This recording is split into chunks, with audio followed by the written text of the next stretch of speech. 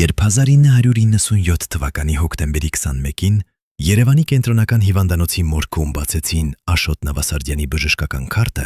նրանք հայտնաբերեցին մի բան, որը երբեք չպետք է գոյություն ունենար։ Վերջին 6 ժամվա բժշկական գրառումները բացակայում էին։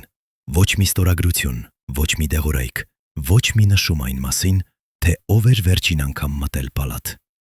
Բայց ավելի տարօրինակ էր այն փաստը, որ քարտի վերջին էջը պատրված էր, ոչ թե մաքուր, այլ կոպիտ, շտապ շարժումով։ Կարծես ինչ-որ մեկը փորձել էր ջնջել ապացույցը։ Ով էր այդ մարդը, ինչ էր գրված այդ էջում, եւ ամենակարևորը, ինչու այդ գիշերը հիվանդանոցի անվտանգության տեսախցիկները հանկարծ դադարեցին աշխատել հենց այն պահին, երբ Աշոտ Նավասարդյանը մահացավ։ Այս մարդը չէր պատկանում սովորական քաղաքական դեմքերի շարքին։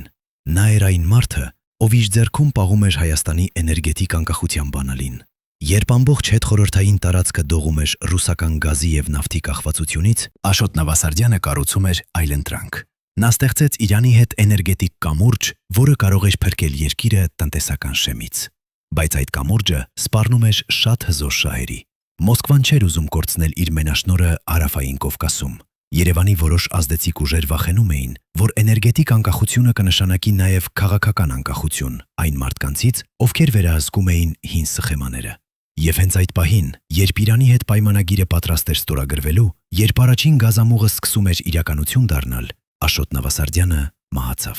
Պաշտոնական տարբերակը՝ սրտի կաթված։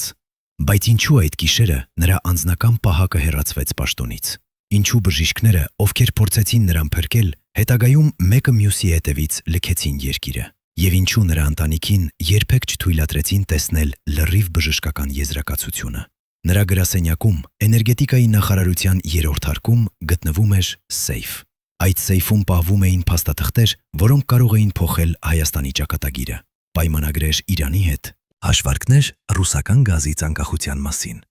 գաղտնի նամակագրություն միջազգային ֆինանսական հաստատությունների հետ։ Երբ հոկտեմբերի 22-ին նախարարության աշխատակիցները մտան այդ գրասենյակ, սեյֆը բացված էր։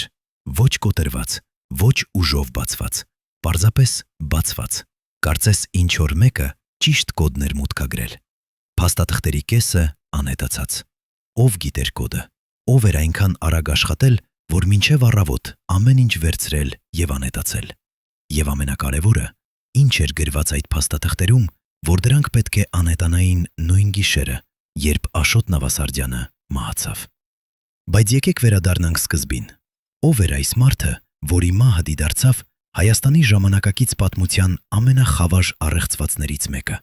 Աշոտ Նավասարդյանը ծնվել էր 1953 թվականին Երևանում, ճարտարագետների ընտանիքում։ Նրա հայրը աշխատում էր հայկական ատոմակայանում, մայրը ուսուցչուհի էր։ Սովորական խորհրդային ընտանիք, որտեղ գիրքը եւ գիտությունը ավելի արժեքավոր էին, քան փողը եւ կապերը։ Աշոտը ավարտեց Երևանի պոլիտեխնիկական ինստիտուտը էներգետիկայի մասնագիտությամբ եւ անմիջապես սկսեց աշխատել ատոմակայանում։ Այնտեղ նա ոչ միայն ճարտարագետ էր, այլև մարդ, ով տեսնում էր ավելի մեծ նկարը։ Նա հասկանում էր, որ Հայաստանի ապագան կախված է էներգետիկ անկախությունից։ Երբ Խորհրդային Միությունը փլուզվեց, երբ Ադրբեջանը փակեց գազամուղը, երբ Հայաստանը սառեց մութ ու սառը ձմեռներում, Աշոտ Նավասարդյանը արդեն ուներ պլան։ 1995 թվականին նա դարձավ էներգետիկայի նախարար։ Այդ պահին Հայաստանը գտնվում էր էներգետիկ աղետի եզրին։ Մարդիկ ապրում էին օրական 2 ժամ 2 ժամ էլեկտրականությամբ։ Ձմռանը ջերմաստիճանը բնակարաններում իջնում էր 0-ից ցածր։ Հիվանդանոցները չէին կարող աշխատել։ Գործարանները կանգ էին առել։ Երկիրը մեռնում էր։ Եվ այդ պահին Աշոտ Նավասարդյանը կատարեց քայլ, որը շատերը համարեցին խենթություն։ Նա դիմեց Իրանին։ Պատկերացրեք այդ ժամանակաշրջանը։ 1995 թվականը։ Իրանը դեռ միջազգային պատժամիջոցների ներքո է։ Ամերիկան սպառնում է ցանկացած երկրի, որը համագործակցում է Թեհրանի հետ։ Ռուսաստանը բացահայտորեն դեմ է, որ Հայաստանը գտնի այլընտրանքային էներգետիկ աղբյուր։ Բայց Աշոտ Նավասարդյանը չէր վախենում։ Նա գիտեր, որ Իրանը Հայաստանի միակ հույսն է։ Նա սկսեց գաղտնի բանակցություններ Թեհրանի հետ։ Ոչ միայն գազի մատակարարման մասին, այլև ավելի մեծ նախագծի՝ գազ փոխարեն էլեկտրականություն սխեմայի մասին։ Հայաստանը կստանար իրանական գազ, կարտադրեր էլեկտրականություն եւ կվերադարձներ այն Իրանին։ Պարզ, արդյունավետ, փոխշահավետ։ Բայց այս սխեման Սպառնում էր ոչնչացնել ռուսական մենաշնորհը հարավային Կովկասում, եւ այստեղ է, որ պատմությունը դառնում է մութ։ Աշոտ Նավասարդյանը սկսեց ստանալ սպառնալիքներ։ Նախ անանուն հեռախոսազանգեր գիշերվա մեջ, ապա նամակներ, որտեղ նրան խորհուրդ էին տալիս չխառնվել մեծ խաղերի մեջ։ Նրա մեքենան մի քանի անգամ փորձեցին վթարի ենթարկել։ Մի անգամ, երբ նա վերադառնում էր Թեհրանից, օդանավակայանում անհայտ մարդիկ փորձեցին խուզարկել նրա ճամպրուկը առանց որևէ պաշտոնական հիմնավորման։ Բայց Աշոտը շարունակեց։ Նա հասկանում էր, որ եթե կանգ առնի, Հայաստանը կմնա էներգետիկ ստրուկ հավիտյան։ 1996 թվականին Իրանի հետ պայմանագիրը գրեթե պատրաստ էր։ Առաջին գազամուղը պետք է կառուցվեր 1998 թվականին։ Աշոտ Նավասարդյանը հաշվարկել էր, որ 3 տարվա ընթացքում Հայաստանը կարող է լիովին անկախանալ ռուսական գազից։ Նա ներկայացրեց այս պլանը նախագահ Լևոն Տեր-Պետրոսյանին։ Նախագահը հավանություն տվեց, բայց կառավարության մեջ կային ուժեր, որոնք չէին ուզում այս փոփոխությունը։ Ովքեր էին նրանք։ Անունները երբեք պաշտոնապես չհնչեցին, բայց Աշոտի մերձավորները գիտեին։ Կային մարդիկ, ովքեր վաստակում էին ռուսական գազի ներմուծումից։ Կային մարդիկ, 1997 թվականի հոկտեմբերի սկզբին Աշոտ Նավասարդյանը վերադարձավ Թեհրանից։ Նա ներկայացրեց վերջնական պայմանագրի նախագիծը։ Ամեն ինչ պատրաստ էր ստորագրման, բայց նա նաև ասաց մի բան, որը շատերը լսեցին եւ երբեք չմոռացան։ Իր մերձավոր ընկերներից մեկին նա ասաց. «Եթե ինձ հետ ինչ-որ բան պատահի, իմացեք, դա պատահական չի լինի։ Ես գիտեմ, որ ինձ հետևում են։ Ես գիտեմ, որ ինձ ուզում են լռեցնել, բայց ես չեմ կանգնի, քանի դեռ շնչում եմ»։ Այդ խոսքերից 2 շաբաթ անց նա մահացավ։ Հոկտեմբերի 21-ի երեկոյան Աշոտ Նավասարդյանը զգաց կրծքավանդակում ցավ։ Նա գտնվում էր տանը, ընտանիքի հետ։ Ցավը սկսվեց հանկարծակի, սուր, անտանելի։ Նրա կինը անմիջապես կանչեց շտապ օգնություն։ Շտապ օգնությունը եկավ 15 րոպե անց։ Բժիշկները տեսան մարդու, ով ցավից գրեթե գիտակցություն էր կորցրել։ Նրանք անմիջապես տեղափոխեցին հիվանդանոց։ Ճանապարհին Աշոտը փորձեց խոսել, բայց խոսքերը անհասկանալի էին։ Բժիշկներից մեկը հետագայում ասաց, որ Աշոտի ախտանիշները չէին նման սովորական ինֆարկտի։ Կային տարօրինակ նշաններ՝ անսովոր քրտինք, մաշկի գունափոխություն, աննորմալ սրտի ռիթմ։ Բայց այդ բժիշկը երբեք պաշտոնապես չտվեց ցուցմունք։ Նա հեռացավ Հայաստանից 1998 թվականին եւ այլևս երբեք չվերադարձավ։ Հիվանդանոցում Աշոտ Նավասարդյանին տեղափոխեցին ինտենսիվ թերապիայի բաժին։ Այնտեղ նրա հետ աշխատեցին լավագույն կարդիոլոգները, բայց ինչ-որ բան էր սխալ։ Բժիշկները չէին կարողանում կայունացնել նրա վիճակը։ Դեղորայքները, որոնք սովորաբար օգնում էին, այս անգամ չէին աշխատում։ Կարծես Աշոտի օրգանիզմը պայքարում էր ոչ թե սրտի կաթվածի, այլ ինչ-որ այլ բանի դեմ։ Գիշերվա ընթացքում նրա վիճակը կտրուկ վատացավ։ Առավոտյան ժամը 6-ին Աշոտ Նավասարդյանը մահացավ։ Պաշտոնական եզրակացությունը՝ սուր միոկարդի ինֆարկտ։ Բայց ինչու բժշկական քարտից անհետացան վերջին 6 ժամվա գրառումները։ Ինչու անվտանգության տեսախցիկները չաշխատեցին հենց այդ գիշերը։ Եվ ինչու Աշոտի ընտանիքին երբեք չթույլատրեցին պահանջել անկախ փորձաքննություն։ 35 տարի անց 1997 թվականի այդ գիշերվա մասին դեռ շատ հարցեր են մնում անպատասխան։ Բայց այժմ առաջին անգամ մարդիկ սկսում են խոսել։ Մարդիկ, ովքեր այդ գիշեր էին հիվանդանոցում, մարդիկ, ովքեր տեսան բաներ, որոնք չպետք է տեսնեին։ Եվ նրանց պատմությունները փոխում են ամեն ինչ, ինչ մենք կարծում էինք, որ գիտենք Աշոտ Նավասարդյանի մահվան մասին։ Բայց նախքան մենք լսենք այդ ականատեսների ցուցմունքները, մենք պետք է հասկանանք, թե ինչ էր իրականում կանգնած Աշոտ Նավասարդյանի աշխատանքի հետևում։ Ինչու էր նրա մահը այդքան կարևոր որոշ ուժերի համար։ Եվ ինչպես էր նրա մահը կապված այն ավելի մեծ ողբերգության հետ, որը պատահեց 2 տարի անց, 1999 թվականի հոկտեմբերի 27-ին, երբ Հայաստանի պարլամենտում սպանվեցին 8 մարդ, այդ թվում վարչապետը եւ խոսնակը։ Արդյոք Աշոտ Նավասարդյանի մահը եղավ այդ ավելի մեծ սպանության նախաերգը։ Արդյոք նա եղավ առաջին զոհը մի խաղի, որը դեռ շարունակվում է մինչ օրս։ Երբ մարդիկ խոսում են 1999 թվականի հոկտեմբերի 27-ի ողբերգության մասին, նրանք հիշում են Վազգեն Սարգսյանիսյանին, Կարեն Դեմիրճյանին, 6 այլ անմեղ զոհերի, բայց քչերն են հիշում, որ 2 տարի առաջ, նույն ամսում, նույն օրվա թվականին 21-ին մահացավ մեկ այլ մարդ, ով կարող էր փոխել Հայաստանի ճակատագիրը։ Արդյոք սա պատահականություն է, թե ինչ որ մեկը ուղարկում էր հաղորդագրություն։ Հաղորդագրություն այն մասին, որ ով էլ փորձի դիմադրել, ով էլ փորձի փոխել համակարգը, ով էլ փորձի տալ Հայաստանին իրական անկախություն, կվերջանա նույն ճակատագրով։ Աշոտ Նավասարդյանի գործը երբեք պաշտոնապես չհետաքննվեց։ Նրա մահը գրանցվեց որպես բնական։ Նրա ընտանիքը փորձեց պահանջել անկախ փորձաքննություն, բայց բախվեց պատի։ Պաշտոնական մարմինները ասացին, որ ամեն ինչ պարզ է, սրտի կաթված, ավելի ոչինչ։ Բայց Աշոտի ընտանիքը գիտեր, որ սա ճշմարտությունը չէ։ Աշոտը երբեք չէր ունեցել սրտի խնդիրներ։ Նա անցել էր բժշկական զննում ընդամենը 3 ամիս առաջ։ Ամեն ինչ նորմալ էր։ Նա չէր ծխում, չէր խմում, վարում էր առողջ ապրելակերպ։ Ինչպես կարող էր նման մարդ հանկարծակի մահանալ սրտի կաթվածից։ Բայց ամենատարօրինակը չէր սա։ Ամենատարօրինակը այն էր, որ Աշոտի մահից հետո նրա բոլոր նախագծերը դադարեցվեցին։ Իրանի հետ պայմանագիրը երբեք չստորագրվեց։ Գազամուղը երբեք չկառուցվեց։ Հայաստանը մնաց կախված ռուսական գազից։ Եվ մարդիկ, ովքեր դեմ էին Աշոտի պլաններին, հանկարծ դարձան շատ հզոր։ Կա մի մարդ, ով գիտի ճշմարտությունը։ Մարդ, ով այդ գիշերը էր հիվանդանոցում։ Մարդ, ով տեսավ բաներ, որոնք չպետք է տեսներ։ Եվ այժմ 35 տարի անց այս մարդը պատրաստ է խոսել։ Առաջին անգամ նա պատրաստ է պատմել, թե ինչ իրականում տեղի ունեցավ 1997 թվականի հոկտեմբերի 21-ի գիշերը, եւ նրա պատմությունը կփոխի ամեն ինչ։ Դոկտոր Արմեն Գրիգորյանը այժմ 81 տարեկան է։ Նա ապրում է Երևանի ծայրամասերից մեկում հեռու աղմուկից եւ ուշադրությունից։ 35 տարի նա պահպանեց լռություն։ 35 տարի նա ապրեց այն գիտակցությամբ, որ ինչ որ բան տեսավ, բայց չկարողացավ ասել։ Ինչու՞։ Որովհետև նրան սպառնացին, որովհետև նրան ասացին, որ եթե խոսի, նրա ընտանիքը վտանգի մեջ կընկնի։ Բայց այժմ, երբ նրա կինը մահացել է, երբ նրա երեխաները մեծացել են եւ ապրում են արտերկրում, երբ նա ինքը գիտի, որ շատ ժամանակ չի մնացել, նա որոշեց խոսել։ Եվ մենք եղանք առաջին լրագրողները, ում նա պատմեց իր պատմությունը։ Ես այդ գիշերը հերթապահ կարդիոլոգ էի, սկսում է դոկտոր Գրիգորյանը։ Նրա ձեռքերը դեռ դողում են 35 տարի անց։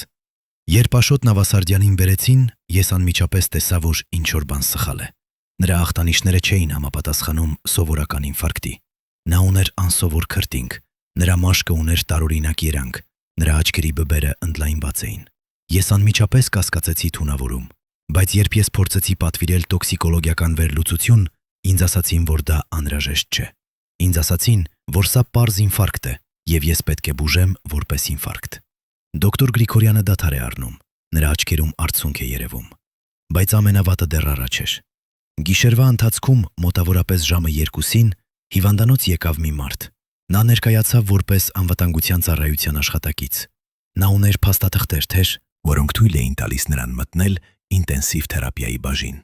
Նա ասաց, որ պետք է տեսնի Աշոտ Նավասարդյանին անվտանգության նկատառումներից ելնելով։ Ես փորձեցի դիմադրել, բայց նա ցույց տվեց հրաման, որը ստորագրված էր շատ բարձր պաշտոնյայի կողմից։ Ես ստիպված էի թույլ տալ նրան մտնել։ Այդ մարդը մնաց Աշոտի պալատում մոտավորապես 10 րոպե։ Երբ նա դուրս եկավ, նա ինձ ասաց, որ ես պետք է շարունակեմ բուժումը եւ ոչինչ չփոխեմ։ Բայց երբ ես մտա պալատ, մի քանի րոպե անց, ես տեսա, որ Աշոտի վիճակը կտրուկ վատացել է։ Նրա սիրտը գրեթե դադարել էր աշխատել։ Մենք փորձեցինք ռեանիմացիա, բայց ոչինչ չօգնեց։ Ժամը 6-ին նա մահացավ։ Դոկտոր Գրիգորյանը նայում է ուղիղ մեր աչքերին։ Ես գիտեմ, որ այդ մարդը ինչ որ բան արեց այդ պալատում։ Ես գիտեմ, որ Աշոտ Նավասարդյանը չմեռավ բնական մահով, բայց ես չեմ կարող ապացուցել։ Բժշկական քարտից անհետացան վերջին 6 ժամվա գրառումները։ Տեսախցիկները չաշխատեցին։ Եվ երբ ես փորձեցի խոսել, ինձ այցելեց մի մարդ, ով ասաց, որ եթե ես շարունակեմ հարցեր տալ, իմ ընտանիքը վտանգի մեջ կընկնի։ Ես վախեցա, ես լռեցի, բայց այժմ ես չեմ կարող ավելի լռել։ Աշոտ Նավասարդյանը սպանվեց, եւ մարդիկ պետք է իմանան ճշմարտությունը։ Այս ցուցմունքը փոխում է ամեն ինչ։ Եթե դոկտոր Գրիգորյանը ճիշտ է ասում, ապա Աշոտ Նավասարդյանի մահը չէր սովորական ինֆարկտ, դա էր նախամեդիտված սպանություն։ Բայց ով էր այդ մարդը, ով մտավ պալատ։ Ինչ արեց նա այնտեղ։ Եվ ամենակարևորը, ով էր տվել հրամանը սպանել Աշոտ Նավասարդյանին։ Պատասխանները կարող են գտնվել այն փաստաթղթերում, որոնք անհետացան Աշոտի սեյֆից, կամ այն բժշկական քարտում, որի վերջին էջը պատրվեց, կամ այն տեսախցիկների ֆայլերում, որոնք պատահաբար ջնջվեցին։ Բայց մի բան հստակ է. Աշոտ Նավասարդյանի մահը չէր պատահական։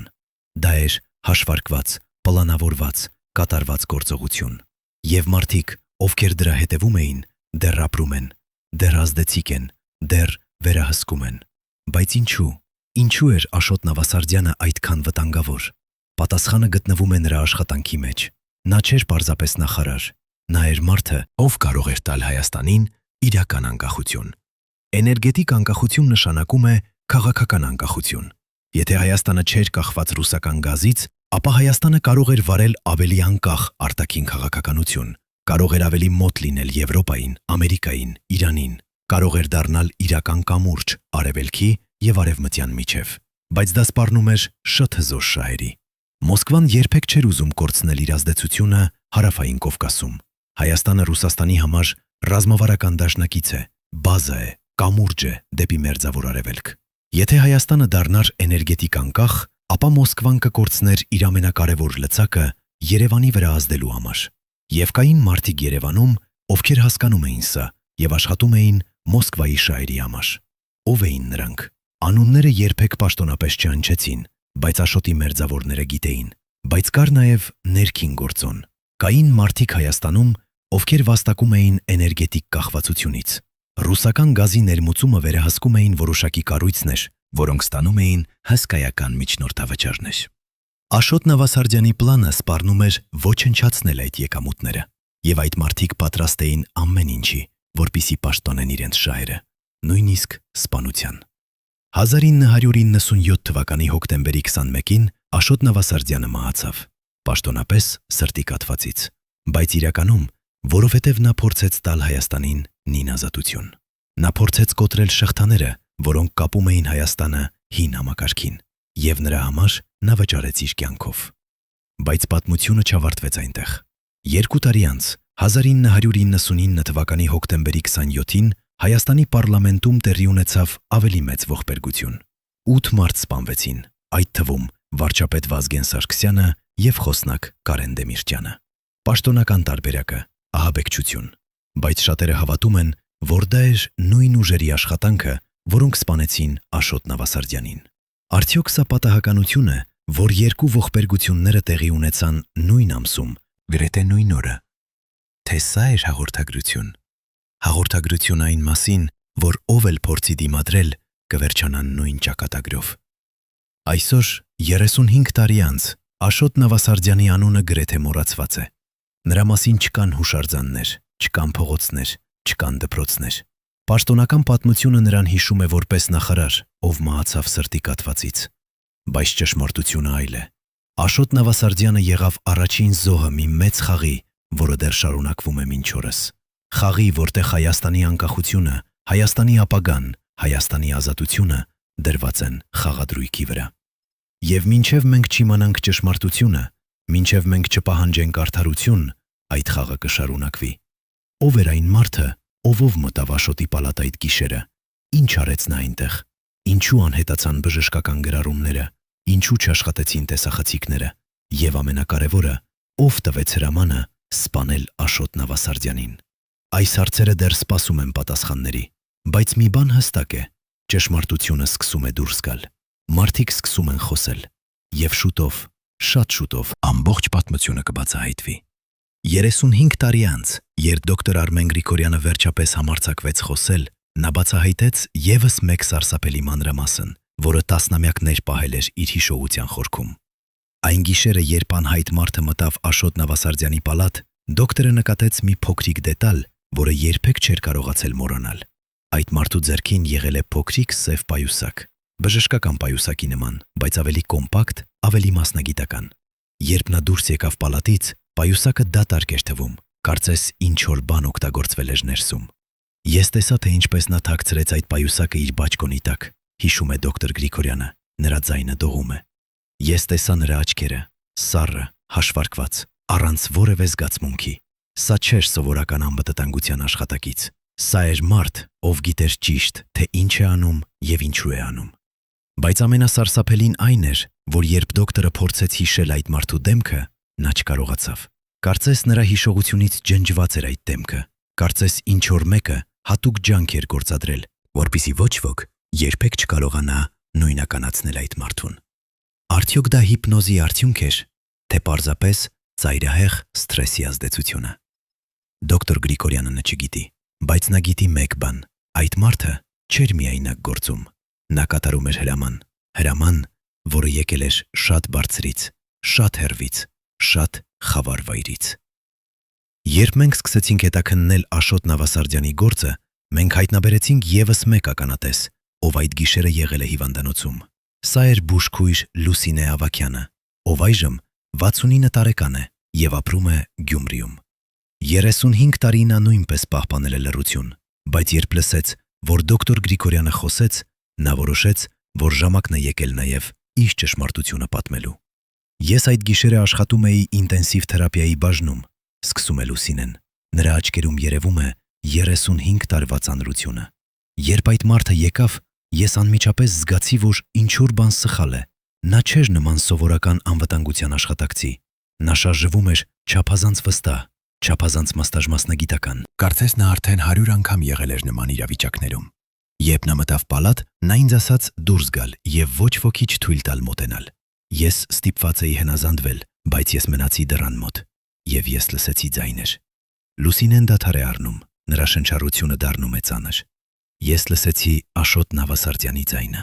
Նա փորձում էր խոսել, բայց խոսքերը անհասկանալի էին։ Ապա ես լսեցի այդ մարդու ձայնը, հանգիստ, սառը, գրեթե շշուկով։ Նա ասում էր. «Դուք չպետք է վախենայիք, ամեն ինչ շուտով կավարտվի»։ Այդ խոսքերը ինձ սառեցրին։ Դրանք չէին մխիթարության խոսքեր, դրանք էին սպառնալիքի խոսքեր, կամ ավելի վատ, խոստման խոսքեր։ Ապա ես լսեցի տարօրինակ ձայն, կարծես ինչ-որ բան ներարկվում էր, եւ հետո լռություն։ Երբ այդ մարդը դուրս եկավ, նա նայեց ինձ այնպես, որ ես հասկացա, եթե ես երբևէ խոսեմ այս մասին, ես մեռած եմ, եւ ես լռեցի։ 35 տարի ես ապրեցի այդ լռության հետ, բայց այժմ ես չեմ կարող ավելի։ Այս երկու ցուցմունքները միասին ստեղծում են սարսափելի պատկեր։ Աշոտ Նավասարդյանը չմեռավ բնական մահով, նա սպանվեց, հաշվարկված, պլանավորված, մասնագիտական կերպով։ Բայց ով էր այդ մարդը, ինչպիսի նյութ օգտագործեց նա, եւ ամենակարևորը, ինչու բժշկական քարտից անհետացան վերջին 6 ժամվա գրառումները։ Պատասխանը կարող է գտնվել մի փաստաթղթում, որը մենք հայտնաբերեցինք անվտանգության ծառայության հին արխիվներում։ Փաստաթուղթ, որը երբեք չպետք է հրապարակվեր, բայց որը պատահաբար մնաց մի հին թղթապանակում, մոռացված եւ անտեսված 35 տարի։ Այս փաստաթուղթը կոդավորված է որպես ՀՄ 0544։ Այն պարունակում է ցուցակ հատուկ գործողությունների, որոնք իրականացվել են 1997 թվականի հոկտեմբերին։ Ցուցակում կան 12 անուն։ Աշոտ Նավասարդյանի անունը երրորդն է։ Յուրաքանչյուր անվան կողքին կա կոդ, որը նշանակում է գործողության տեսակը։ Աշոտի անվան կողքին գրված է կատեգորիա A, առաջնահերթ։ Ինչ է նշանակում կատեգորիա A։ Մենք ցույց տվեցինք այս փաստաթուղթը մի նախկին անվտանգության ծառայության բարձրաստիճան աշխատակցի, ով համաձայնեց խոսել անանուն պայմանով։ Նրա պատասխանը սառեցրեց մեր արյունը։ Կատեգորիա A նշանակում է ֆիզիկական վերացում, ասաց նա։ Նրա ձայնը գրեթե շշուկ էր։ Սա էր ամենաբարձր մակարդակի գործողություն, որը պահանջում էր հատուկ թույլտվություն շատ բարձրից։ Ոչ ոք չէր կարող իրականացնել կատեգորիա A գործողություն առանց անձամբ նախագահի կամ անվտանգության ծառայության ղեկավարի ստորագրության։ Եթե այս ճիշտ է, ապա Աշոտ Նավասարդյանի սպանությունը չէր պարզապես մի անհատի որոշում։ Դա էր պետական մակարդակի գործողություն։ Բայց ով տվեց այդ հրամանը, ով ստորագրեց այդ փաստաթուղթը, եւ ինչու Աշոտ Նավասարդյանը համարվեց այդքան վտանգավոր, որ պետք է վերացվեր։ Պատասխանները կարող են գտնվել նրա վերջին շաբաթների աշխատանքում։ Մենք խոսեցինք Աշոտի նախկին օգնականի Վահագն Սարգսյանի հետ, ով այժմ 68 տարեկան է եւ ապրում է Կանադայում։ Վահագնը հեռացավ Հայաստանից 1998 թվականին եւ երբեք չվերադարձավ։ 35 տարի նա խուսափեց հարցազրույցներից, բայց երբ մենք նրան պատմեցինք դոկտոր Գրիգորյանի եւ Լուսինե Ավագյանի ցուցմունքների մասին, նա համաձայնեց խոսել։ Աշոտ Նավասարդյանը վերջին շաբաթներին գիտեր, որ վտանգի մեջ է։ Սկսում է Վահագնը, նրա ձայնը լի է ցավով։ Նա ստացել էր մի քանի սպառնալիք, բայց նա չէր վախենում։ Նա ասում էր, որ եթե նա կանգ առնի, ապա Հայաստանը կմնա ստրուկ հավիտյան։ Բայց վերջին շաբաթվա ընթացքում ինչ-որ բան փոխվեց։ Նա դարձավ ավելի նյարդային, ավելի զգույշ։ Նա սկսեց ստուգել իր մեքենան ամեն առավոտ։ Նա փոխեց իր ճանապարհը դեպի աշխատանք։ Նա նույնիսկ խնդրեց իր ընտանիքին մի քանի օր մնալ հարազատների մոտ։ Երբ ես հարցրի նրան, թե ինչու, նա ասաց.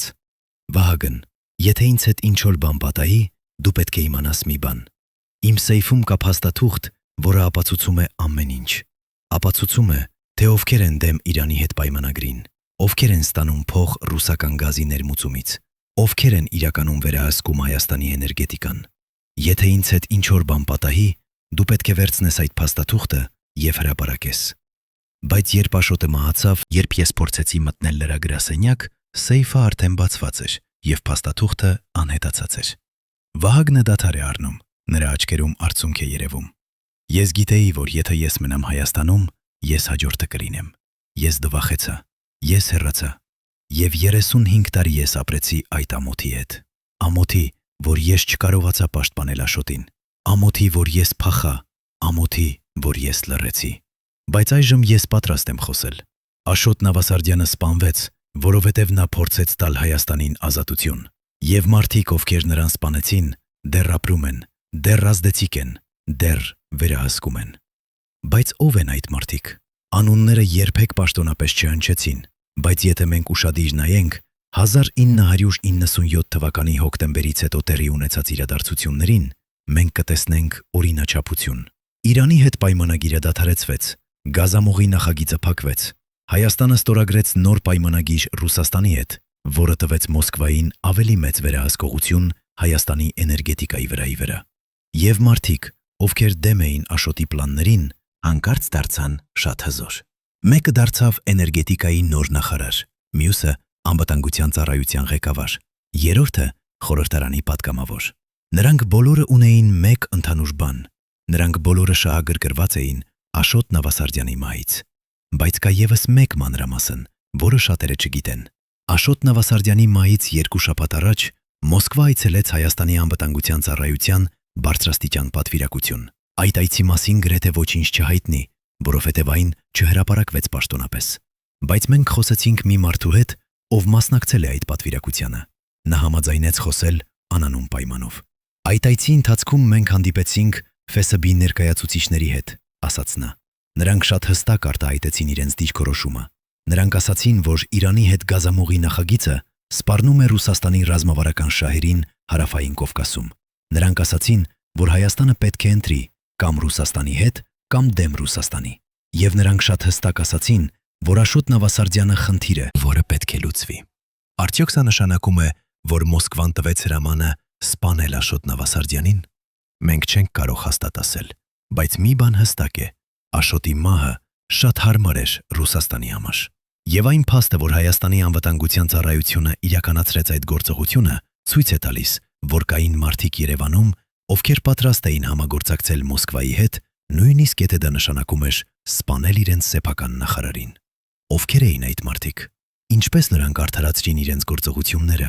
եւ ինչու նրանք երբեք չպատասխանեցին իրենց արարքների համար։ Պատասխանները կարող են գտնվել այն փաստաթղթերում, որոնք անհետացան Աշոտի սեյֆից,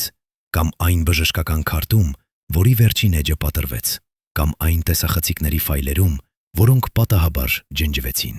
Բայց մի բան հստակ է. Աշոտ Նավասարդյանի մահը չէր պատահական։ Դա էր հաշվարկված, պլանավորված, պետական մակարդակի գործողություն։ Եվ մարդիկ, ովքեր դրա հետևում էին, դեռ ապրում են, դեռ ազդեցիկ են, դեռ վերահսկում են։ Արդյոք նրանք երբևէ կպատասխանեն իրենց արարքների համար։ Արդյոք Հայաստանը երբևէ կիմանա ճշմարտությունը, թե այս գործը կմնա մեկ այլ չլուծված, առեղծված, մեկ այլ անարդար մահ, մեկ այլ զոհ միամակարգի, որը սպանում է իր լավագույն զավակներին։ Բայց պատմությունը դեռ չի ավարտվել, որովհետև Աշոտ Նավասարդյանի մահը եղավ միայն սկիզբը։ 2 տարի անց 1999 թվականի հոկտեմբերի 27-ին Հայաստանի պարլամենտում տեղի ունեցավ ավելի մեծ ողբերգություն։ 8 մարդ սպանվեցին, այդ թվում վարչապետ Վազգեն Սարգսյանը եւ խոսնակ Կարեն Դեմիրճյանը։ Արդյոք սա պատահականություն է, թե սա էր նույն սցենարի շարունակությունը։ Սցենարի, որը սկսվեց Աշոտ Նավասարդյանի մահով։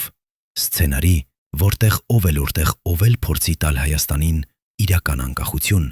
կվերջանա նույն ճակատագրով։ Եվ եթե մենք չիմանանք ճշմարտությունը, եթե մենք չպահանջենք արդարություն, այդ սցենարը կշարունակվի։ Նոր զոհեր, նոր ողբերգություններ, նոր սպանություններ։ Մինչև Հայաստանը վերջապես կարողանա ազատվել այն ուժերից, որոնք վերահսկում են նրա ճակատագիրը։ 1997 թվականի հոկտեմբերի 21-ին Աշոտ Նավասարդյանը մահացավ, պաշտոնապես սրտի կաթվածից, բայց իրականում չլովետև նա փորձեց տալ Հայաստանին ազատություն։ Նա փորձեց կոտրել շղթաները, որոնք կապում էին Հայաստանը հին համակարգին, եւ նրա համար նա վճարեց իր կյանքով։ Բայց նրա պատմությունը չի մեռնում։ Նրա պատմությունը ապրում է յուրաքանչյուր հայի մեջ, ով հավատում է ազատությանը, անկախությանը, արդարությանը։ Եվ մի օր, շատ շուտով, ճշմարտությունը կբացահայտվի։ Եվ այն մարդիկ, ովքեր սպանեցին Աշոտ Նավասարդյանին, կպատասխանեն իրենց արարքների համար։ Դա խոստում է պատմությունը։ Դա խոստում է արդարությունը։ Դա խոստում է Հայաստանը։ Բայց մինչ այդ, մենք պետք է շարունակենք հարցնել. ով էր այն մարդը, ով մտավ Աշոտի պալատ այդ գիշերը։ Ինչ արեց նա այնտեղ։ Ինչու անհետացան բժշկական գրառումները, ինչու չաշխատեցին տեսախցիկները, եւ ամենակարևորը, ով տվեց հրամանը սպանել Աշոտ Նավասարդյանին։ Այս հարցերը դեռ սպասում են պատասխանների, եւ մենք չենք դադարի հարցնել, մինչև չստանանք այդ պատասխանները, որովհետև Աշոտ Նավասարդյանը արժանի է ճշմարտությանը, Հայաստանը արժանի է ճշմարտությանը, եւ մենք բոլորս արժանի ենք ճշմարտությանը։ Շարունակություն։ Պատկերացրեք, որ դուք եք այն 12 մարդկանցից մեկը, ովքեր գիտեին ամեն ինչ Աշոտ Նավասարդյանի մասին, յուրաքանչյուր գաղտնի հանդիպում Իրանի հետ, յուրաքանչյուր սպառնալիք, որը նա ստացել էր, յուրաքանչյուր փաստաթուղթ, որը նա թաքցրել էր իր սեյֆում։ Այժմ պատկերացրեք, որ 1997 թվականի հոկտեմբերի 20-ին, ընդամենը մեկ օր առաջ, քան Աշոտը մահանա, ձեզ կանչեցին մի գաղտնի հանդիպման։ Ոչ նախարարության շենքում, ոչ պաշտոնական գրասենյակում, այլ Երևանի ծայրամասերից մեկում գտնվող հին շինության մութ ստորգետնյա սենյակում, որտեղ պատերը հաստ էին, որտեղ ոչ մի ձայն չէր կարող դուրս գալ, որտեղ նույնիսկ օդը թվում էր ծանր եւ սպառնալից։ Այնտեղ նստած էին 5 մարդ, որոնց դեմքերը դուք ճանաչում էիք շատ լավ։ Բարձրաստիճան պաշտոնյաներ, ազդեցիկ գործարարներ, մարդիկ, ովքեր վերահսկում էին Հայաստանի էներգետիկ ոլորտը տասնամյակներ շարունակ։ Եվ նրանք ձեզ ասացին մի բան, որը սառեցրեց ձեր արյունը։ Աշոտ Նավասարդյանը դարձել է անվերահսկելի։ Նա սպառնում է մեր բոլորի գոյությանը։ Եթե Իրանի հետ պայմանագիրը ստորագրվի, մենք բոլորս կորցնելու ենք ամեն ինչ։ Դուք պետք է ընտրեք կամ նրա հետ, կամ մեզ հետ։ Երրորդ տարբերակ չկա։ Ինչ կընտրեիք դուք։ Ձեր խղճից, թե ձեր ապրուստից, ձեր երկրի ապագայից, թե ձեր ընտանիքի անվտանգությունից։ 1997 թվականի հոկտեմբերին 12 մարդ կատարեցին այդ ընտրությունը, եւ նրանց ընտրությունը սպանեց Աշոտ Նավասարդյանին։ Մենք գտանք այդ 12 մարդկանցից մեկին։ Նա այժմ 76 տարեկան է, ապրում է Երևանում, բայց իր անունը չի ուզում հրապարակել։ Նա համաձայնեց խոսել մեզ հետ միայն այն պայմանով, որ մենք երբեք չենք բացահայտի նրա ինքնությունությունը։ Եկեք նրան անվանենք Վարդան։ Վարդանը 1997 թվականին աշխատում էր էներգետիկայի նախարարության բարձր պաշտոնում։ Նա էր այն մարդկանցից մեկը, ովքեր ամենամոտ էին Աշոտ Նավասարդյանին, ով գիտեր նրա բոլոր պլանները, ով մասնակցում էր բոլոր գաղտնի բանակցություններին Իրանի հետ։ Բայց Վարդանն ուներ նաև մեկ այլ դեր, որի մասին Աշոտը երբեք չիմացավ։ Նա էր ներքին շրջանակի տեղեկատուն, մարդը, ով հաղորդում էր Աշոտի յուրաքանչյուր քայլի մասին այն ուժերին, որոնք ուզում էին կանխել Իրանի հետ համագործակցությունը։ Ես երբեք չեմ ուզել, որ այդպես ավարտվի, սկսում է Վարդանը, նրա ձայնը լի է ցավով եւ զղջումով։ Ես հարգում էի Աշոտին։ Նա էր իսկական հայրենասեր, մարդ, ով իսկապես հավատում էր, որ կարող է փրկել Հայաստանը։ Բայց նա չէր հասկանում, թե որքան հզոր ուժերի դեմ էր պայքարում։ Նա չէր հասկանում, որ էներգետիկ անկախությունը չէր միայն տեխնիկական հարց, այլ քաղաքական, տնտեսական, նույնիսկ գոյատևման հարց։ Կային մարդիկ, ովքեր վաստակում էին միլիոնավոր դոլարներ ռուսական գազի ներմուծումից։ Կային մարդիկ, ովքեր ստացել էին հրահանգներ Մոսկվայից, ցանկացած գնով կանխել Իրանի հետ պայմանագիրը։ Եվ կային մարդիկ, ովքեր ստացել էին հրահանգներ Մոսկվայից, ցանկացած գնով, կանցած գնով կանխել Իրանի հետ պայմանագիրը։ Եվ կային մարդիկ, ովքեր ստացել էին հրահանգներ Մոսկվայից, ցանկացած գնով կանխել Իրանի հետ պայմանագիրը։ Եվ կային մարդիկ, ովքեր ստացել էին հրահանգներ Մոսկվայից, ցանկացած գնով կանխել Իրանի հետ պայմանագիրը։ Եվ կային մարդիկ, ովքեր ստացել էին հրահանգներ Մոսկվայից, ցանկացած գնով կանխել Իրանի հետ պայմանագիրը։ Եվ կային մարդիկ, ով մեր ազդեցությունը, մեր եկամուտները։ Վարդանը դադար է առնում, նրա աչքերը լցված են արցունքով։ Հոկտեմբերի 20-ին ինձ կանչեցին այդ հանդիպման։ Այնտեղ էին 5 մարդ, որոնց անունները ես չեմ կարող ասել, բայց նրանք բոլորը շատ հզոր էին։ Նրանք ինձ ասացին, որ Աշոտը պետք է դադարեցվի։ Նրանք չասացին սպանվի, նրանք ասացին դադարեցվի։ Կարծես դա էր մի տեխնիկական գործողություն, ոչ թե մարդու կյանքի վերցում։ Նրանք ինձ ասացին, որ ես պետք է տրամադրեմ Աշոտի օրվա ժամանակացույցը, նրա տան հասցեն, նրա անձնական պահակի տվյալները։ Եվ ես տվեցի։ Աստված ինձ ների տա, բայց ես տվեցի։ Ես վախեցա։ Ես մտածեցի իմ ընտանիքի մասին, իմ աշխատանքի մասին, իմ ապագայի մասին։ Եվ ես մոռացա մտածել Աշոտի մասին, Հայաստանի մասին, ճշմարտության մասին։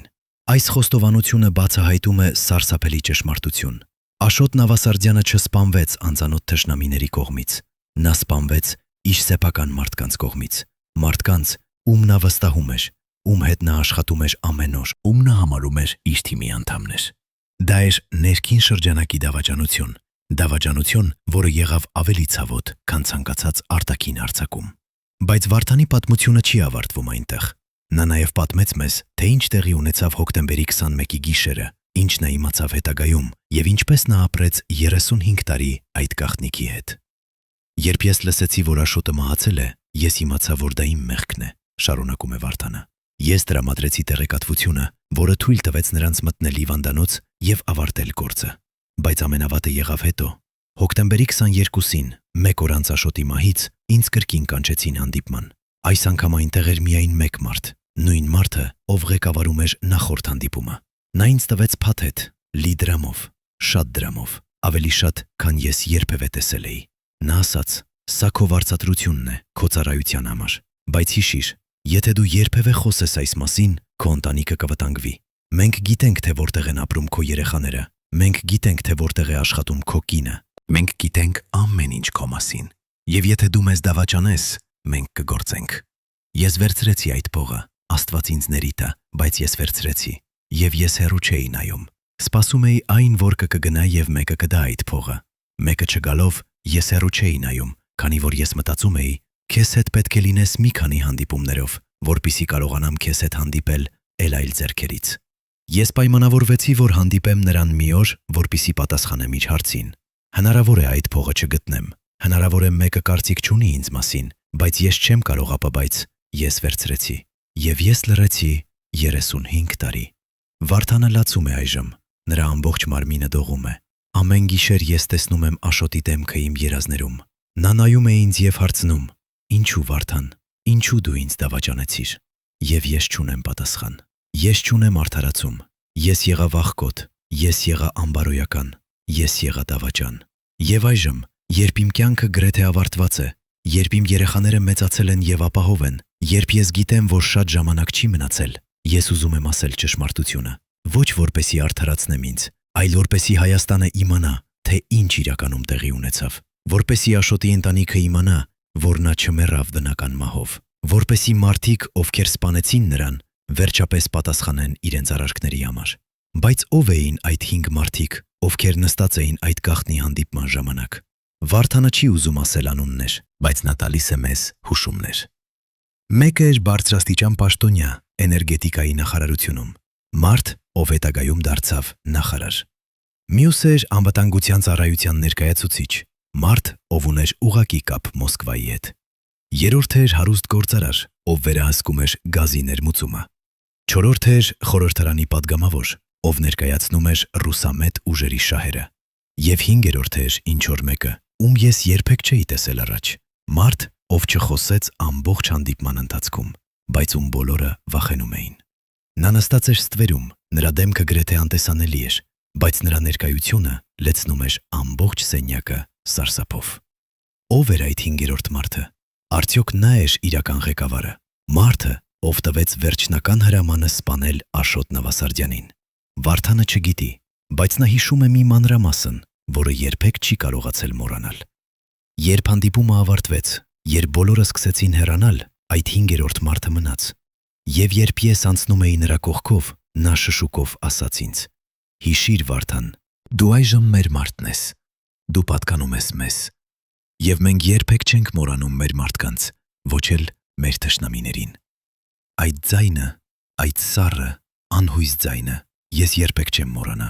այն հետապնդում է ինձ մինչև օրս»։ Վարդանի ցուցմունքը բացահայտում է, որ Աշոտ Նավասարդյանի սպանությունը չէր պարզապես մի անհատի որոշում կամ նույնիսկ մի փոքր խմբի գործողություն։ Դա էր լայն ցանցի աշխատանք, ցանցի, որը ներառում էր պաշտոնյաներ, գործարարներ, անվտանգության աշխատակիցներ, քաղաքական գործիչներ եւ նույնիսկ արտասահմանյան ուժեր։ Դա էր համակարգված, պլանավորված, բազմաշերտ գործողություն, որի նպատակը չէր միայն սպանել մեկ մարդու, այլ ոչնչացնել մի գաղափար, Հայաստանի էներգետիկ անկախության գաղափարը։ Եվ այդ գործողությունը հաջողեց։ Աշոտ Նավասարդյանը մահացավ, Իրանի հետ պայմանագիրը դադարեցվեց, Հայաստանը մնաց կախված ռուսական գազից։ Բայց արդյոք դա եղավ վերջը, թե սա եղավ միայն սկիզբը ավելի մեծ ողբերգության, որը պատահեց 2 տարի անց։ 1999 թվականի հոկտեմբերի 27-ին Հայաստանի պարլամենտում տեղի ունեցավ սարսափելի ողբերգություն։ 5 զինված մարդիկ մտան խորհրդարանի դահլիճ եւ սկսեցին կրակել։ 8 մարդ սպանվեցին, այդ թվում վարչապետ Վազգեն Սարգսյանը, խոսնակ Կարեն Դեմիրճյանը եւ 6 այլ պաշտոնյաներ։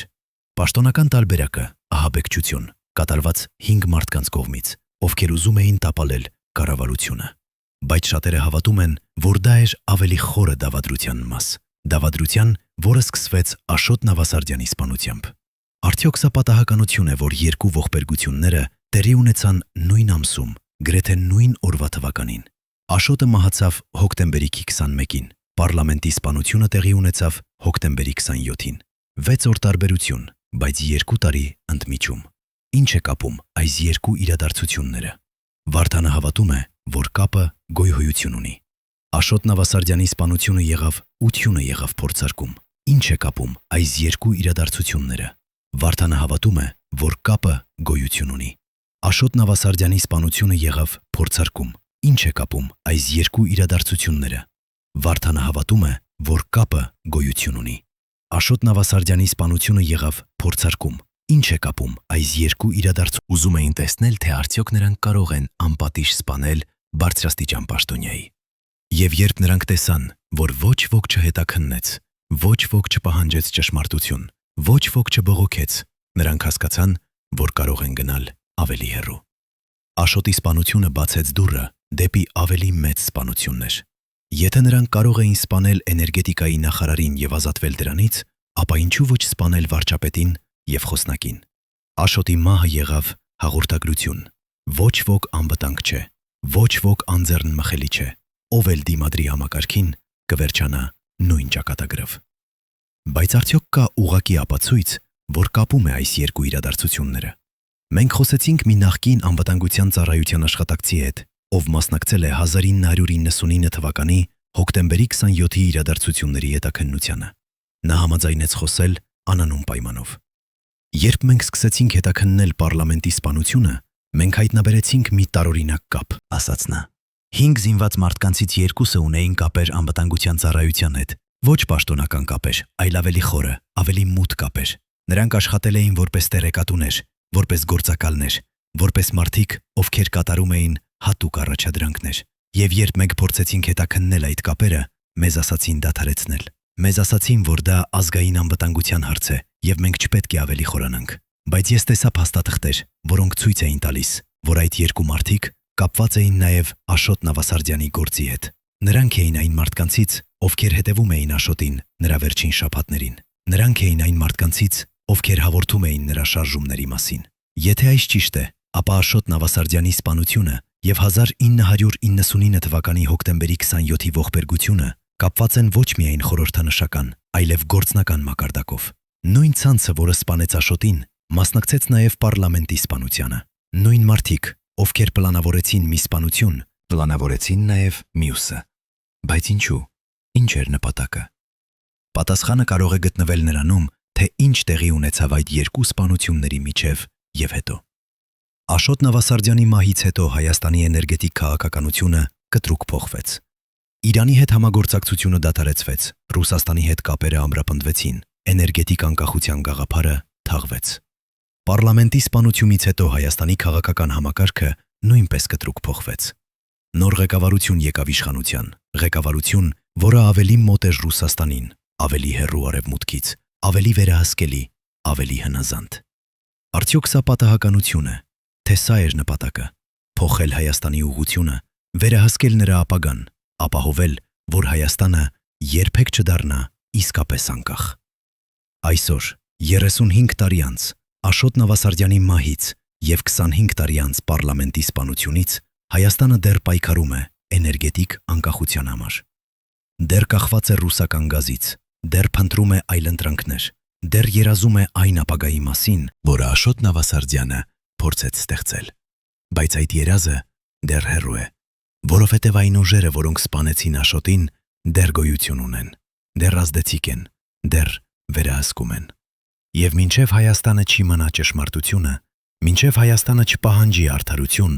այդ ուժերը կշարունակեն վերահսկել երկրի ճակատագիրը։ Արդյոք Հայաստանը երբևէ կազատվի այդ ուժերից։ Արդյոք Աշոտ Նավասարդյանի երազը երբևէ կիրականանա։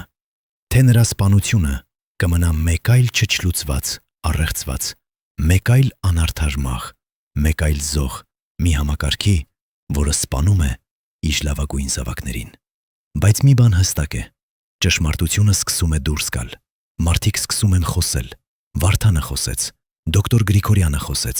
Լուսինե Ավագյանը խոսեց, Վահագն Սարգսյանը խոսեց, եւ շուտով, շատ շուտով, ավելի շատ մարդիկ կխոսեն, ավելի շատ ականատեսներ, ավելի շատ մասնակիցներ, ավելի շատ մարդիկ, ովքեր պահել են գաղտնիքներ տասնամյակներ շարունակ, բայց այժմ պատրաստ են բացահայտել ճշմարտությունը։ Եվ երբ բոլոր այդ ցուցմունքները միավորվեն, երբ բոլոր այդ փաստաթղթերը հրապարակվեն, երբ բոլոր այդ գաղտնիքները բացահայտվեն, ապա Հայաստանը վերջապես կիմանա, թե ինչ իրականում տեղի ունեցավ 1997 թվականի հոկտեմբերի 21-ին։ Եվ այն մարդիկ, ովքեր սպանեցին Աշոտ Նավասարդյանին, վերջապես կպատասխանեն իրենց արարքների համար։ Դա խոստում է պատմությունը, դա խոստում է արդարությունը, դա խոստում է Հայաստանը։ Բայց մինչ այդ մենք պետք է շարունակենք հարցնել. ով էր այդ 5-րդ մարդը, ով նստած էր ստվերում այդ գաղտնի հանդիպման ժամանակ։ Ով տվեց վերջնական հրամանը սպանել Աշոտ Նավասարդյանին։ Ինչպիսի նյութ օգտագործվեց նրան սպանելու համար։ Ինչու անհետացան բժշկական գրառումները, ինչու չաշխատեցին տեսախցիկները։ Եվ ամենակարևորը, ինչպես կարող ենք մենք ապահովել, որ նման բան երբեք չկրկնվի։ Այս հարցերը դեռ սպասում են պատասխանների։ Եվ մենք չենք դադարի հարցնել, մինչև չստանանք այդ պատասխանները, որովհետև Աշոտ Նավասարդյանը արժանի է ճշմարտությանը, Հայաստանը արժանի է ճշմարտությանը, եւ մենք բոլորս արժանի ենք ճշմարտությանը։ Երբ անվտանգության ծառայության հին արխիվները սկսեցին դանդաղորեն բացվել 1999 թվականների վերջին, երբ Խորհրդային Միության փլուզումից հետո ստեղծված խառնաշփոթը թույլ տվեց որոշ փաստաթղթերի արտահոսում, մի փոքր խումբ լրագրողներ եւ հետազոտողներ սկսեցին հավաքել կտորներ այն մեծ գլուխկոտրուկի, որը կոչվում էր Աշոտ Նավասարդյանի գործ։ Նրանք հայտնաբերեցին փաստաթղթեր, որոնք երբեք չպետք է տեսնեին օրվա լույսը։ Փաստաթղթեր, որոնք ապացուցում էին, որ Աշոտի մահը չէր պատահական։ Փաստաթղթեր, որոնք ցույց էին տալիս, որ նրա սպանությունը պլանավորվել էր շաբաթներ առաջ, որ մասնակցել էին բազմաթիվ մարդիկ, որ գործողությունը հաստատվել էր ամենաբարձր մակարդակում։ Բայց ամենաշոկային փաստաթուղթը եղավ մեկը, որը գտնվեց հին թղթապանակի խորքում, թղթապանակի, որը նշված էր որպես հատուկ գործողություններ 1997։ Այս փաստաթուղթը պարունակում էր ցուցակ 12 անունների, 12 մարդ, ովքեր համարվում էին վտանգ ազգային անվտանգության համար, 12 մարդ, ովքեր պետք է չեզոքացվեին։ Աշոտ Նավասարդյանի անունը երրորդն էր ցուցակում, բայց ավելի սարսափելին այն էր, որ ցուցակում կային նաև այլ անուններ, որոնք մենք ճանաչում ենք, անուններ, որոնք պատկանում էին մարդկանց, ովքեր նույնպես մահացան կասկածելի հանգամանքներում 1997-ից 1999 թվականների ընթացքում։ Լրագրող, ով հետաքննում էր կոռուպցիան էներգետիկ ոլորտում եւ մահացավ ավտովթարից։ Գործարար, ով հետաքննում էր կոռուպցիան էներգետիկ ոլորտում եւ մահացավ ավտովթարից։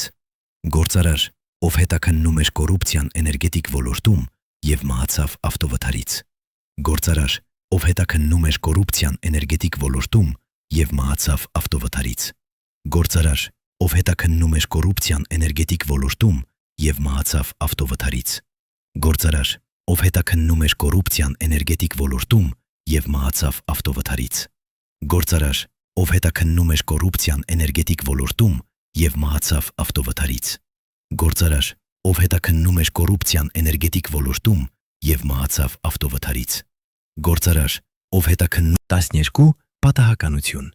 Բայց արդյոք դրանք իսկապես պատահականություններ էին։ Մենք ցույց տվեցինք այս փաստաթուղթը մի անկախ փորձագետի, ով մասնագիտանում է անվտանգության ծառայությունների գործողություններում։ Նրա եզրակացությունը եղավ հստակ եւ սարսափելի։ Սա չէ պարզապես ցուցակ, ասաց նա։ Սա է գործողության պլան։ Յուրաքանչյուր անվան կողքին կա կոդ, որը նշանակում է գործողության տեսակը եւ ժամկետը։ Աշոտ Նավասարդյանի կողքին գրված է կատեգորիա A հոկտեմբեր։ Սա նշանակում է, որ նրա վերացումը պլանավորված էր հոկտեմբերին եւ դասակարգված էր որպես ամենաբարձր առաջնահերթություն։ Այլ անունների կողքին կան այլ կոդեր՝ կատեգորիա B նոյեմբեր, կատեգորիա G դեկտեմբեր։ Սա ցույց է տալիս, որ գոյություն ուներ համակարգված ծրագիր վերացնել բոլոր այն մարդկանց, ովքեր համարվում էին վտանգ համակարգի համար, եւ այս ծրագիրը իրականացվեց։ 12 անունից 9 մարդ մահացան 1997-ից 1999 թվականների ընթացքում։ Միայն 3-ը գոյատևեցին, եւ դա միայն այն պատճառով, որ նրանք հեռացան երկրից նախքան նրանց հասնելը։ Այս բացահայտումը փոխում է ամեն ինչ։ Աշոտ Նավասարդյանի սպանությունը չէր մեկուսացված դեպք, դա էր մեծ ծրագրի մաս, ծրագրի, որի նպատակը էր վերացնել բոլոր այն մարդկանց, ովքեր սպառնում էին գոյություն ունեցող համակարգին։ Համակարգի, որը վերահսկում էր Հայաստանի էներգետիկան, Հայաստանի տնտեսությունը, Հայաստանի քաղաքականությունը։ Համակարգի, որը չէր ուզում փոփոխություններ, չէր ուզում բարեփոխումներ, չէր ուզում անկախություն։ Եվ այս համակարգը պատրաստ էր սպանել, որպիսի պահպանի իր իշխանությունը։ Բայց ով էր այս համակարգի հետևում։ Ով էր պլանավորել այս ծրագիրը։ Ով էր տվել հրամանը սպանել 12 մարդու։ Պատասխանը կարող է գտնվել փաստաթղթի վերջում, որտեղ կա ստորագրություն։ Ստորագրությունը անընթեռնելի է, բայց կա դրոշ։ Դրոշ, որը ցույց է տալիս, որ փաստաթուղթը հաստատվել է հատուկ գործողությունների վարչության կողմից։ Այս վարչությունը եղել է անվտանգության ծառայության ամենագաղտնի ստորաբաժանումը։ Վարչություն, որը զբաղվում էր հատուկ առաջադրանքներով։ Առաջադրանքներով, որոնք երբեք չպետք է հրապարակվեին։ Առաջադրանքներով, որոնք ներառում էին ֆիզիկական վերացում, սաբոտաժ, դավադրություն։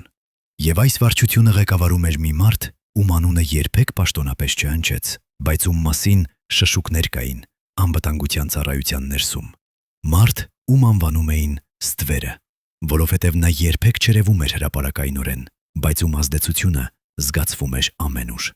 Մարդ, ով ուներ ուղղակի կապ Մոսկվայի հետ, ով ստանում էր հրահանգներ ամենաբարձր մակարդակից, ով իրականացնում էր գործողություններ, որոնք փոխում էին Հայաստանի պատմությունը։ Արդյոք այս մարդը դեռ ապրում է։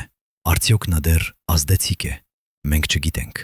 Բայց մենք գիտենք մեկ բան. այն համակարգը, որը նա ներկայացնում էր, դեռ գոյություն ունի։ Համակարգ, որը վախենում է փոփոխություններից, որը վախենում է անկախությունից, որը վախենում է ճշմարտությունից։ Եվ այս համակարգը կշարունակի սպանել, կշարունակի ճնշել, կշարունակի վերահսկել, մինչև Հայաստանը վերջապես կարողանա ազատվել դրանից։ Բայց ինչպես կարող է Հայաստանը ազատվել այս համակարգից։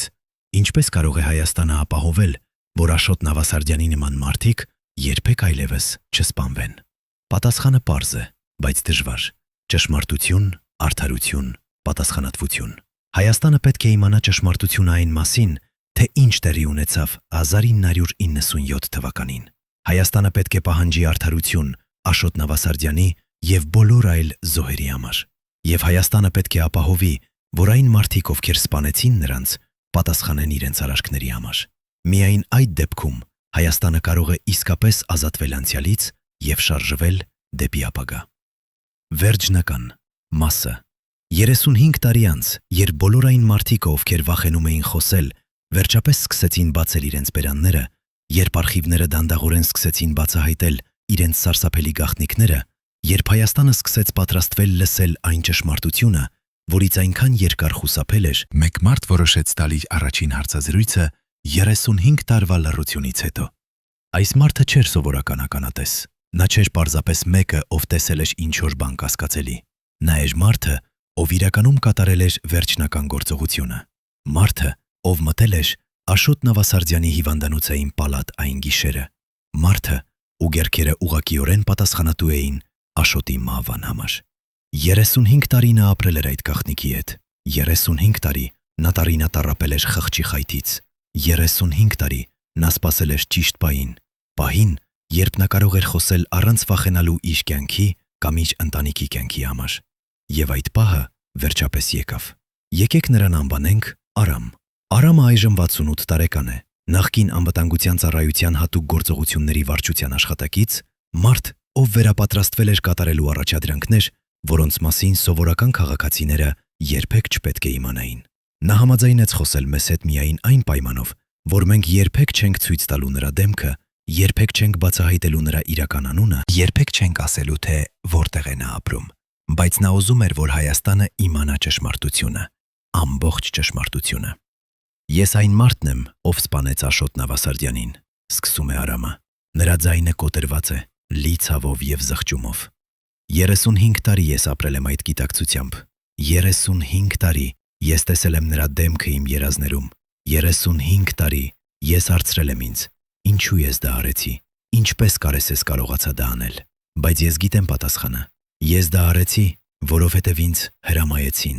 Ես դա արեցի, որովհետև ես վերապատրաստված էի հնազանդվել հրամաններին առանց հարցեր տալու։ Ես դա արեցի, որովհետև ինձ ասացին, որ Աշոտ Նավասարդյանը վտանգ է ազգային անվտանգության համար, որ նրա գործողությունները սպառնում են Հայաստանի գոյությանը, որ եթե նա շարունակի, ամբողջ երկիրը կտուժի։ Եվ ես հավատացի։ Աստված ինձ ների տա, բայց ես հավատացի։ Արամը դադար է առնում, նրա շնչառությունը դառնում է ծանր։ Հոկտեմբերի 21-ի երեկոյան ինձ կանչեցին գրասենյակ։ Այնտեղ էր իմ ղեկավարը, մարդը, ում ես անվանում էի Ստվերը, թեև նրա իրական անունը ես երբեք չիմացա։ Նա ինձ տվեց փաթեթ, փոքրիկ սև պայուսակ, որի մեջ գտնվում էր ամպուլ, լցված անգույն հեղուկով։ Նա ինձ ասաց, որ այս նյութը կառաջացնի սրտի կաթված, որ այն չի թողնի որևէ հետք, որ ոչ մի բժիշկ երբեք չի կարողանա հայտնաբերել, որ դա չէր բնական մահ։ Նա ինձ տվեց Աշոտ Նավասարդյանի հիվանդանոցի հասցեն, պալատի համարը, հերթապահ բժիշկներիցի անունները։ Նա ինձ տվեց փաստաթղթեր, որոնք թույլ կտային ինձ մտնել հիվանդանոց որպես անվտանգության ծառայության աշխատակից։ Եվ նա ինձ ասաց. դու պետք է մտնես այնտեղ ժամը 2-ին գիշերվա, դու պետք է ներարկես այս նյութը նրա երակներում, դու պետք է համոզվես, որ նա մեռնում է, և դու պետք է անհետանաս առանց որևէ հետք թողնելու։ Սա հրաման է ամենաբարձր մակարդակից։ Սա ազգային անվտանգության հարց է։ Դու չունես ընտրության իրավունք։ Արամի աչքերը լցված են արցունքով։ Ես գիտեի, որ եթե ես մերժեմ, ես ինքս կդառնամ թիրախ։ Ես գիտեի, որ այն համակարգում, որտեղ ես աշխատում էի, հնազանդությունը միակ ճանապարհն էր գոյատևելու համար։ Բայց ես նաև գիտեի, որ ինչ ես անելու եմ, սխալ է։ Ես գիտեի, որ Աշոտ Նավասարդյանը չէր վտանգ, այլ հույս։ Հույս Հայաստանի ապագայի համար, հույս էներգետիկ անկախության համար, հույս իրական ազատության համար։ Բայց ես ընտրեցի իմ կյանքը նրա կյանքից, եւ այդ ընտրությունը հետապնդում է ինձ ամեն օր։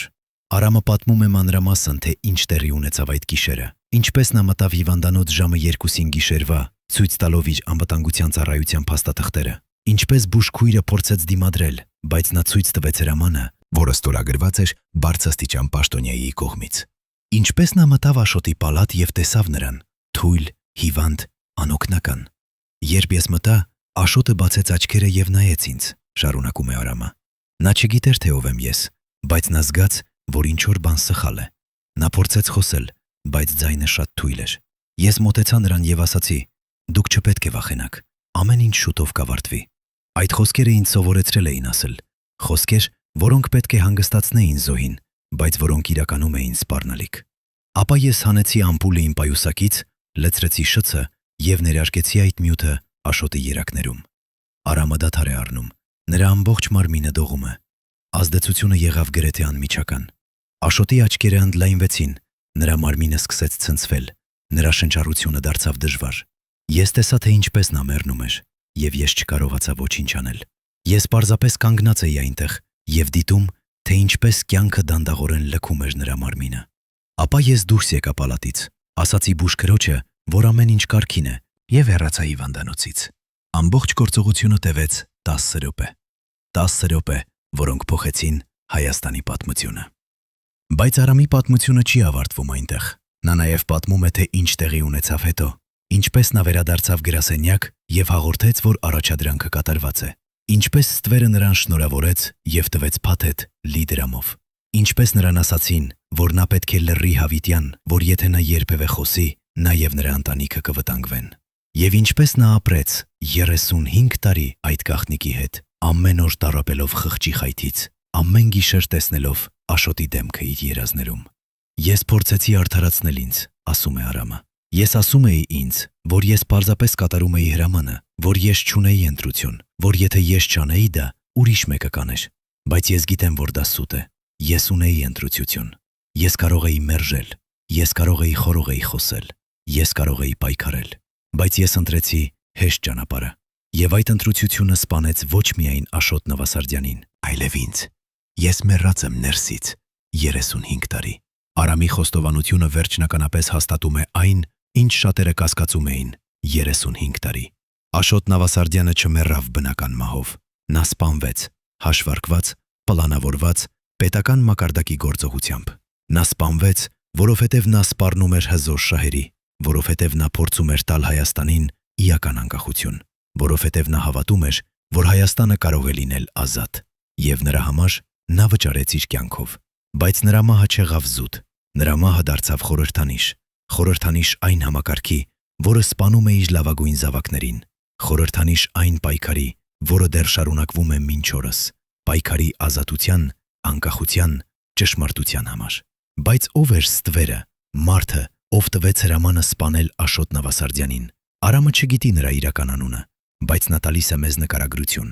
Նա էր մարդ, մոտավորապես 50 տարեկան, բարձրահասակ, ուժեղ կառուցվածքով, սառը աչքերով, որոնք երբեք չցույց էին տալիս որևէ զգացմունք, ասում է Արամը։ Նա խոսում էր հանգիստ, բայց յուրաքանչյուր նրա խոսք ուներ քաշ, ուներ իշխանություն։ Բոլորը վախենում էին նրանից, նույնիսկ ամենաբարձրաստիճան պաշտոնյաները։ Նա ուներ ուղղակի կապ Մոսկվայի հետ, նա ստանում էր հրահանգներ ամենաբարձր մակարդակից, և նա իրականացնում էր այդ հրահանգները առանց հարցեր տալու, առանց խղճի խայթի, առանց ցանկացած մարդկային զգացմունքի։ Արդյոք այս մարդը դեռ ապրում է, արդյոք նա դեռ ազդեցիկ է։ Արամը չգիտի, բայց նա գիտի մեկ բան, այն համակարգը, որը այս մարդը ներկայացնում էր, դեռ գոյություն ունի։ Համակարգ, որը վերահսկում է Հայաստանի էներգետիկան, Հայաստանի տնտեսությունը, Հայաստանի քաղաքականությունը։ Համակարգ, որը չի ուզում փոփոխություններ, չի ուզում բարեփոխումներ, չի ուզում անկախություն։ Եվ այս համակարգը կշարունակի սպանել, մինչև Հայաստանը վերջապես կարողանա ազատվել դրանից։ Երբ մենք հարցրինք Արամին, թե ինչու նա որոշեց խոսել այժմ, 35 տարի անց, նա պատասխանեց. որովհետև ես տեսնում եմ, որ Հայաստանը դեռ չի ազատվել այդ համակարգից, որովհետև ես տեսնում եմ, որ նույն ուժերը, որոնք սպանեցին Աշոտ Նավասարդյանին, դեռ վերահսկում են երկիրը, որովհետև ես տեսնում եմ, որ եթե մենք չիմանանք ճշմարտությունը, եթե մենք չպահանջենք արդարություն, պատմությունը կկրկնվի։ Նոր Աշոտներ կսպանվեն, նոր հույսեր կջախջախվեն, նոր ապագաներ կկործանվեն։ Եվ ես չեմ կարող թույլ տալ, որ դա տեղի ունենա։ Ես արդեն սպանեցի մեկ մարդու։ Ես չեմ կարող թույլ տալ, որ իմ լռությունը սպանի ևս շատերին։ Արամի խոստովանությունը խիզախ քայլ է, քայլ, որը կարող է արժենալ նրա կյանքը, բայց նա պատրաստ է վճարել այդ գինը, որովհետև նա գիտի, որ ճշմարտությունը ավելի կարևոր է, քան նրա անվտանգությունը, որովհետև նա գիտի, որ Հայաստանը արժանի է ճշմարտությանը։ Բայց Արամի պատմությունը միայն մեկ կտորն է մեծ գլուխկոտրուկի։ Կան դեռ շատ հարցեր, որոնք սպասում են պատասխանների։ Ով էր ստվերը։ Ով տվեց նրան հրամանը սպանել Աշոտ Նավասարդյանին։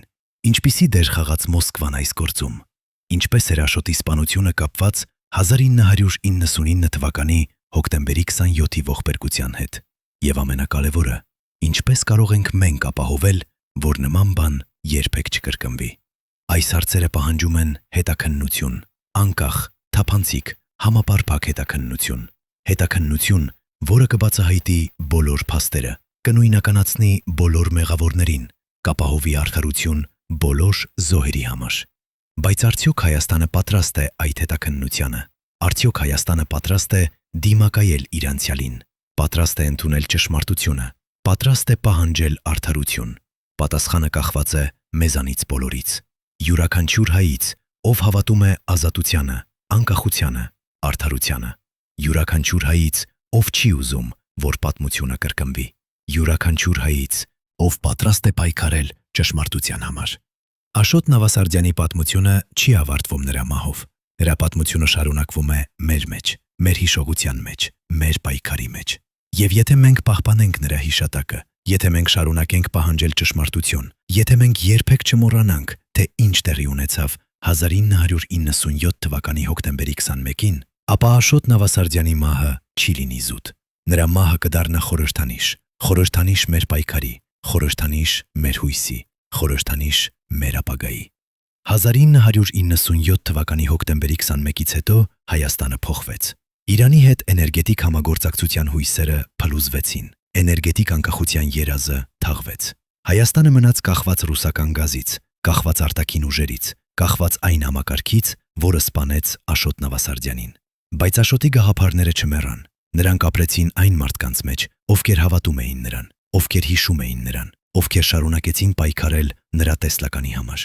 Եվ այսօր, 35 տարի անց, այդ գաղափարները դեռ ապրում են։ Հայաստանը դեռ փնտրում է էներգետիկ անկախություն, դեռ փնտրում է այլընտրանքներ ռուսական գազին, դեռ երազում է այն ապագայի մասին, որը Աշոտ Նավասարդյանը փորձեց ստեղծել, բայց այդ երազը դեռ հեռու է, որովհետև այն ուժերը, որոնք սպանեցին Աշոտին, դեռ գոյություն ունեն, դեռ ազդեցիկ են, դեռ վերահսկում են։ Նրանք փոխել են իրենց դեմքերը, փոխել են իրենց անունները, բայց նրանց էությունը մնացել է նույնը։ Նրանք դեռ վախենում են փոփոխություններից, դեռ վախենում են անկախությունից,